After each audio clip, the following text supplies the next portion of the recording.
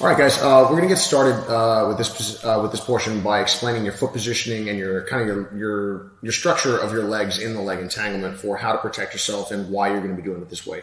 So if we start, it's seated in 50-50, and again, as you're going to see a recurring theme throughout the course of this DVD series is that this is a position that I wouldn't say I'm trying to avoid, but we're actually not going to spend a great deal of time in, and that's why you're going to be able to, we're not going to be spending a lot of time digging our elbows, doing a lot of other stuff that frankly, I would have done in the past, let's say 2008, 9, when I was a little bit less experienced. But I've found different ways to mitigate a lot of that and make this a lot less of a back and forth. However, to understand kind of the foot positioning, it's a lot easier when you're seated. So your basic, simplest cover for the leg entanglement is simply a triangle of your legs. And now you can be in a full triangle, you can be in something in the middle. This is all a version of a triangle.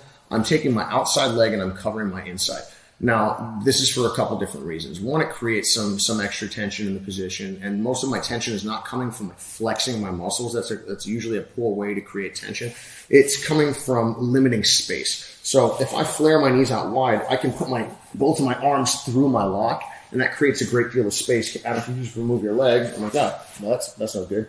We come back, when I lock my triangle, I'm able to start to eliminate some of that space, but as a lankier person, I can get the same effect by extending my legs a little bit. Now, again, my goal is not to cut off circulation, this femoral artery.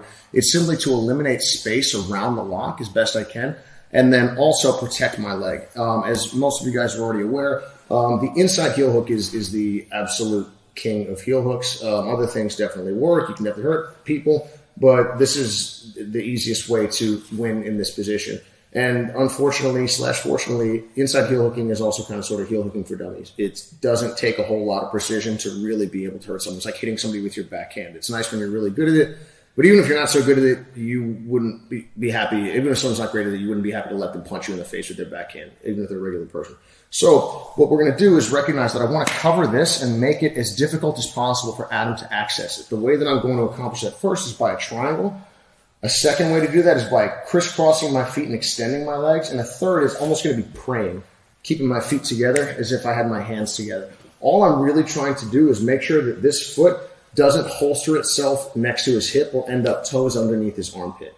So I'm making that accessible. Right here, can you lock a heel hook, please, Adam?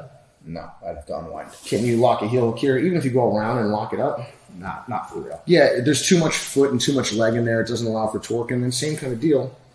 We're here. The better you are and the more experienced you become in the position, the more you begin to trust your judgment, the more you can do the grappling equivalent of fighting with your hands down, which is something that I do a lot now in MMA, depending upon the context, because I've gotten a little bit more experience and also because I understand what the purpose of my arms is, at least to a certain extent, in striking. So I know when they have to be up and when they don't. And that's an important thing. In the beginning, you should have your hands glued to your forehead if you don't know what you're doing. Don't trust your judgment.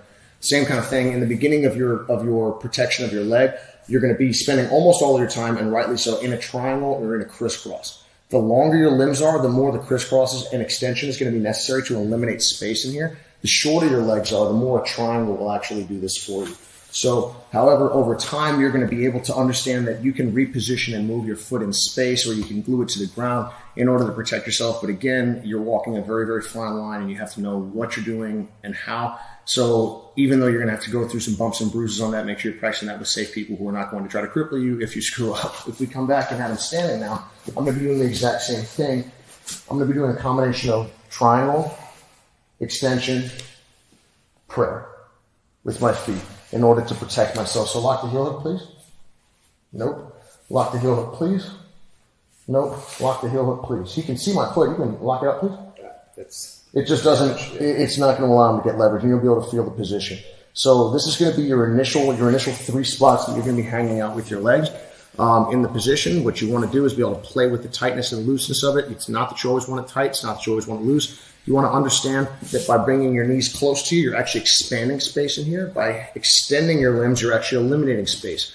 Your limb length and leg thickness does matter, but protecting yourself in the heel hook, from the heel hook, is going to be your first order of business almost all the time.